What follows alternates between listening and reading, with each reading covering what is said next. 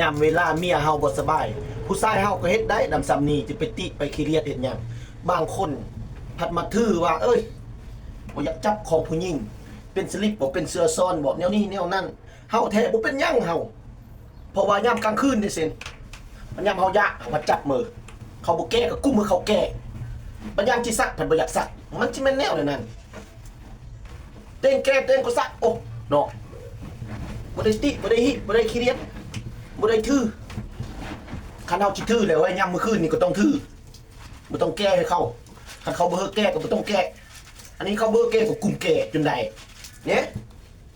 เต้นแก้เต้นก็ซักโอ้ไปขี้เรียดไปติไปถือหยังยามเมียบ่สบายผู้ชายเขาก็เฮ็ดยามเขาสบายเขาก็เฮ็ดเว้าไปเว้ามาเฮ้คนหักเมียเฮ้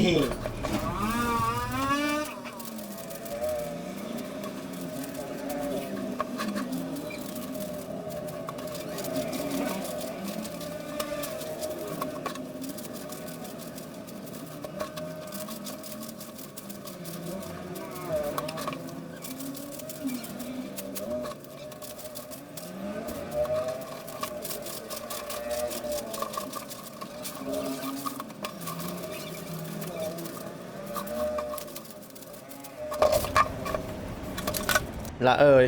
ละตื่นเยอะไปอาบน้ำสระหัวซะพัวสระเครื่องเรียวเลยได้ไปไหมอดลุกไว้อดลุกไว้ให้มันสะบัดสะเบยเนี่ยให้มันล้างหน้าล้างตาสระหัวตื่นไหมน้องตื่นไหม